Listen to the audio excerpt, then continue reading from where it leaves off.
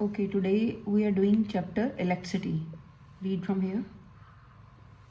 Electricity is used to glow bulbs and tubes, to heat the electric iron, to heat water, to operate refrigerators and air containers, to run electric trains, to operate electric bells, to operate petrol pumps, to fill the fuel in the cars, buses, and trucks, etc., to run computers, to operate projectors in cinema halls, to run motors and machines in the factories. हाँ, in short we can say कि in every walk of life we need electricity. ठीक है, सर्दियों में भी, गर्मियों में भी, और हर चीज़ में हमें इलेक्ट्रिसिटी की ज़रूरत पड़ती है. ठीक है, आपके घर में जितनी भी अप्लाइंसेज हैं, किचन में, बेडरूम में, ड्राइंग रूम में, सब अप्लाइंसेज ये यहाँ पे मैंशनड है नेम. तो ये सब किससे चलती हैं? With the power, with the electricity. ठीक है जी, यहाँ से पढ़ो आगे. And so on, there is hardly any field where electricity is not needed. Its importance can be felt at once when the electricity supply of our city breaks down. In order to understand the concept of electricity, we must know about the electric charge. कहते हैं electric charge के बारे में समझते हैं.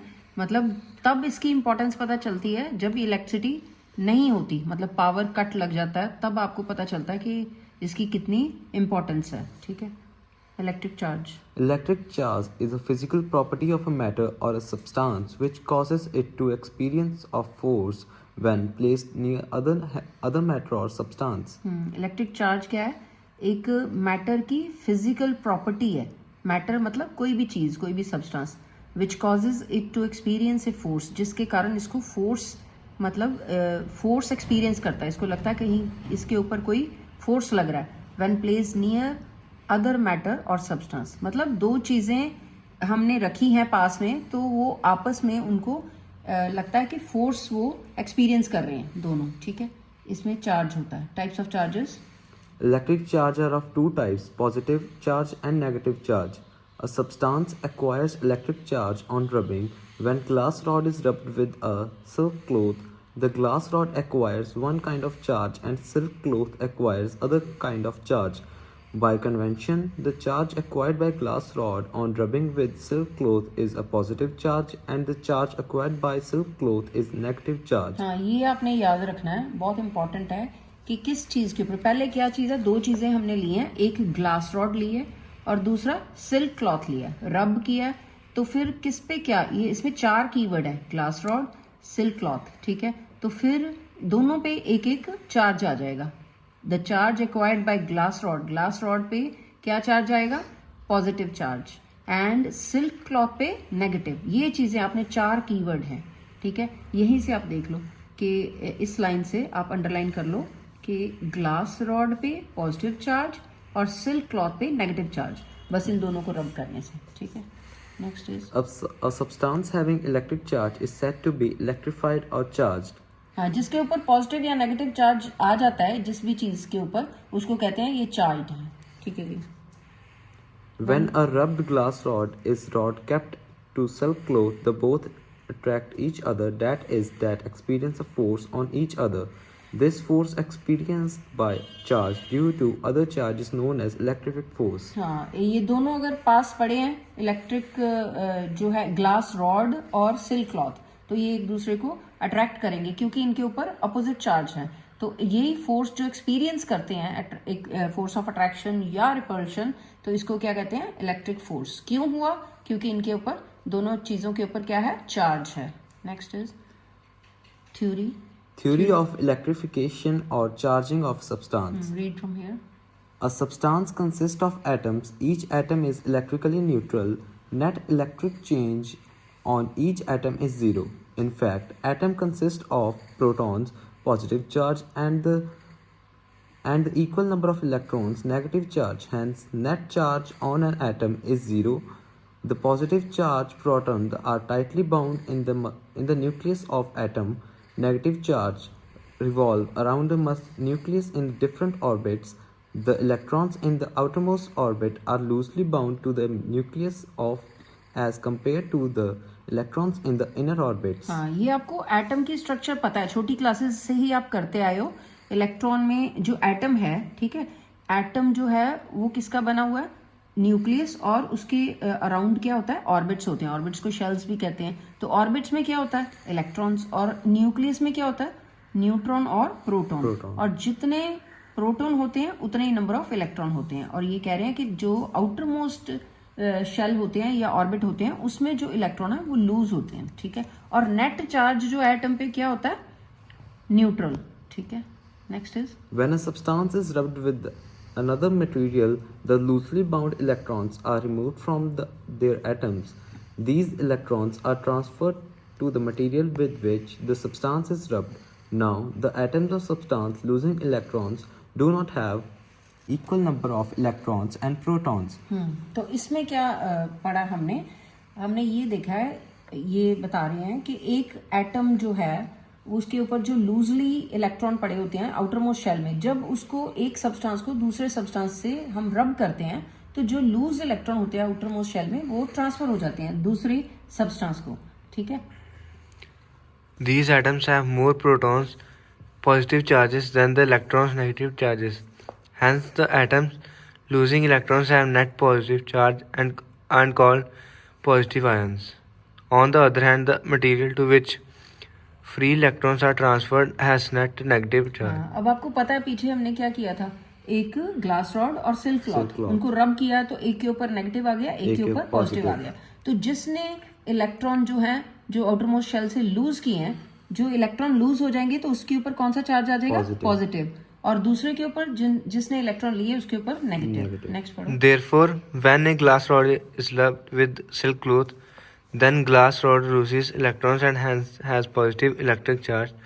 On the other hand, silk acquires those lost electrons and hence has negative charge. हाँ, silk के ऊपर नेगेटिव है, ठीक है। सिल्क के ऊपर ये बच्चे पता क्या करते हैं, पेपर में अच्छे से याद नहीं करते और उल्टा लिख देते हैं। जब आपने ये कीवर्ड उल्टे कर दिए तो आपका सारा जो है वो क्वेश्चन का आंसर जो है वो रॉन्ग हो जाएगा, ठीक है। तो ये आपने याद रखना है। ग्लास रॉड ने क्या किया है, ग्लास रॉड को सिल्क क्लॉथ के साथ जब किया है, रब किया है, तो ग्लास रॉड ने इलेक्ट्रॉन लूज किए हैं। इसको अपने दिमाग में बिठा लो।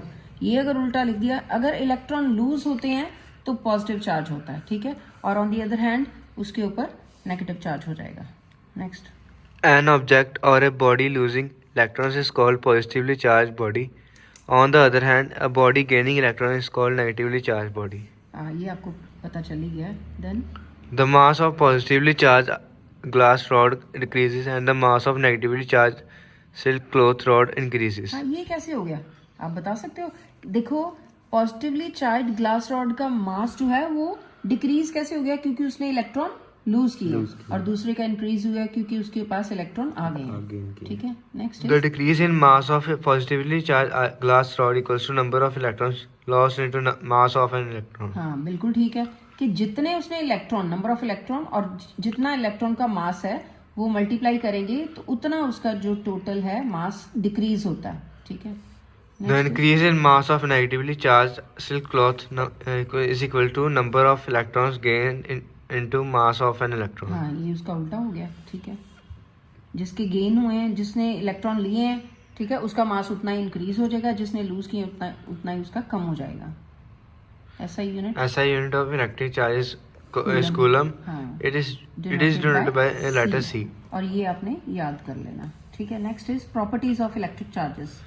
Like charges having same sign or polarity repel each other, while unlike charges having opposite sign or polarity attract each other. हाँ, unlike charges attract each other, like charges repel each other, ठीक है। मतलब एक जैसे like charges कौन से होते हैं, पॉजिटिव पॉजिटिव, पॉजिटिव पॉजिटिव को मतलब रिपेल करेगा, पॉजिटिव नेगेटिव ये अनलाइक हो गए वो अट्रैक्ट करेंगे, ठीक है। ये बनाया भी हुआ, ये रिपल्शन जी एक जैसे हैं, पॉजिटिव पॉजिटिव है, ये रिपेल करेंगे, ये एक दूसरे के अट्रैक्ट नहीं करेंगे। और ये नेगेटिव नेगेटिव भी लाइक हैं, ये भी रिपेल करेंगे। ये अपोजिट है, ये अट्रैक्ट करते हैं, ठीक है। Next is Electric charges are added algebraically. If a body has plus 4q and minus 3q charges, then the net charge on a body is equal to plus 4 plus bracket minus q minus 3q equals to plus 4 minus 3q equals to plus q. हाँ, ये बताया हुआ electric charges जो हैं algebraically, algebra तो आपने maths में किया ही हुआ, आपको मैंने कराया हुआ, एक पे प्लस है एक पे माइनस है, तो प्लस माइनस, माइनस का सम साइन बड़े वाला, तो यहाँ पे वही चीज आई हुई है जो मैंने आपको मैथ्स में कराई हुई है, ठीक है। Next is electric charges Electric charge is conserved.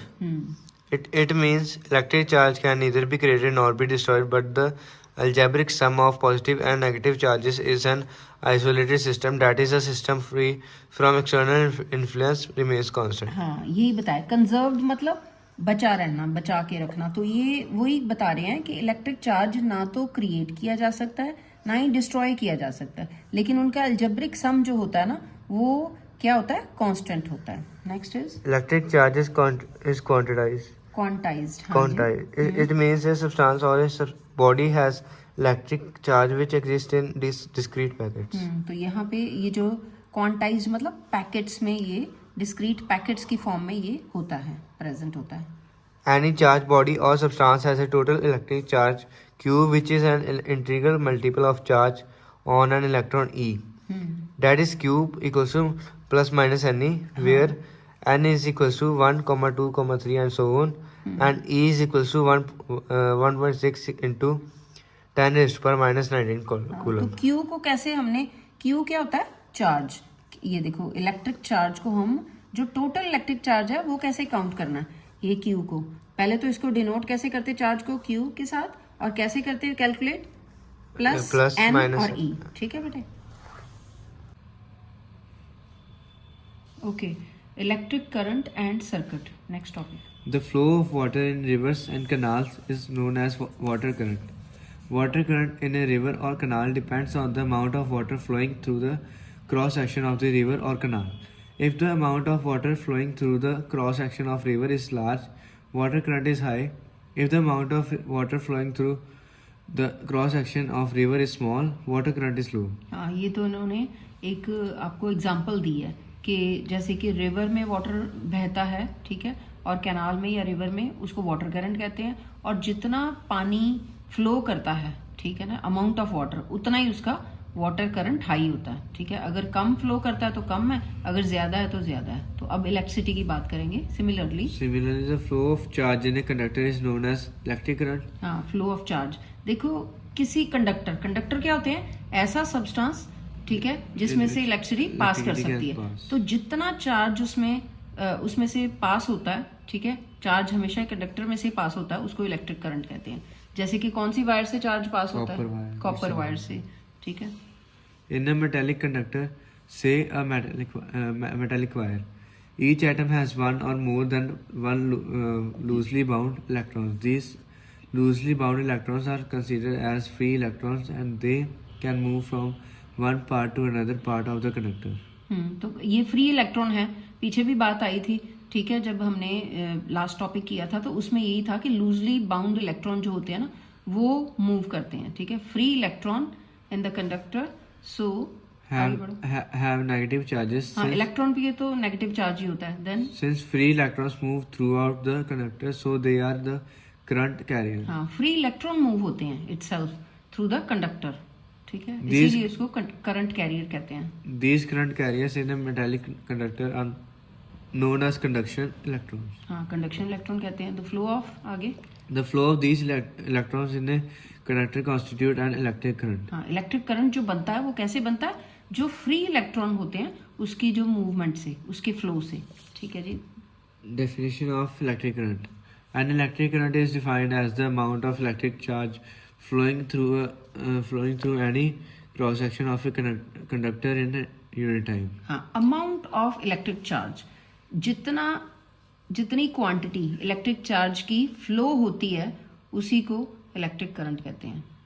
In other words, electric current is defined as the rate of flow of electron charge. हाँ, इन यूनिट टाइम, एक यूनिट टाइम में जितना इलेक्ट्रिक चार्ज फ्लो करता है, ठीक है, उसी को इलेक्ट्रिक करंट कहते हैं। और यहाँ पे भी यही लिखा है, रेट, रेट का मतलब होता है टाइम, किसी पर्टिकुलर टाइम में कितना चार्ज फ्लो करता है। जैसे हम मोटर बाइक की स्पीड या कार की स्पीड करते हैं ना, कितने किलोमीटर पर आवर, तो उसी हिसाब से इलेक्ट्रिक करंट का भी रेट ऑफ फ्लो, कितने टाइम में कितना इलेक्ट्रिक चार्ज फ्लो हुआ है, उसी को इलेक्ट्रिक करंट कहते हैं। इसका आप देखो ये फॉर्मूला क्या है, electric current is equal to charge over time. एक तो इनके आपने ये सिंबल्स याद करने हैं, करंट का I और ये चार्ज का Q और टाइम का T। I is equal to Q over T। तो इसी को कहते हैं, इसी की डेफिनेशन बन जाती है, ये देखो, electric current is rate of क्या, rate of rate of flow flow of of charge, electric charge। यहाँ से ही बन जाती है। ठीक है जी, नेक्स्ट पढ़ो यहाँ से, electric current. Let n equals to number of electrons flowing through any cross section of the conductor। हाँ, मान लो कि कुछ इतने n नंबर, n मतलब कि हो सकता है 10,000 या 20,000, ये हम मान के चल रहे हैं, नंबर मतलब कितने इलेक्ट्रॉन फ्लो हो रहे हैं। तो ये मान लिया, ये देखो E एक इलेक्ट्रॉन के ऊपर कितना चार्ज है, ये दिखा 1.6 into 10 raised to power minus 19 coulomb। हाँ, एक इलेक्ट्रॉन पे इतना चार्ज होता है, मैग्नीट्यूड ऑफ E इतना है। 1.6। ठीक है, next is total charge. Total charge flowing through a cross section of the conductor is Q equals to NE। N मतलब number of electron multiplied by ये जो क्या है, चार्ज ऑन वन इलेक्ट्रॉन। तो ये मल्टीप्लाई कर देंगे तो ये क्या आ जाएगा, टोटल चार्ज आ जाएगा। Then T is the time, so फिर इसमें हम इम्प्लीमेंट कर देते, Q की जगह पे हमने क्या लिख दिया, NE। ठीक है जी, देन यूनिट क्या इसका होता है, ऐसा unit of electric current is ampere. Ampere होता है। ठीक है, एम्पियर। तो इसी फॉर्मूले में हमने तीनों के जो है यूनिट लिख दिए, 1 ampere is equal to 1 coulomb over 1 second. तो इसी का ये लाइन बन जाती है, इस फॉर्मूले से क्या बनेगी, इन SI unit of Q charge is coulomb and unit of time is second. हाँ, तो इसमें फिर 1 एम्पियर इज इक्वल टू क्या कहेंगे, when 1 coulomb of charge in 1 second flows. ठीक है जी, नेक्स्ट इज एम्पियर। एम्पियर की वही डेफिनेशन आ गई। हाँ जी, पढ़ लो। Electric current through a conductor is said to be 1 ampere if 1 coulomb electric charge Charge। Flows through any cross section of the conductor in 1 second. हाँ, ये यहीं से हमने ये एम्पियर की डेफिनेशन बना दी। ठीक है बेटे।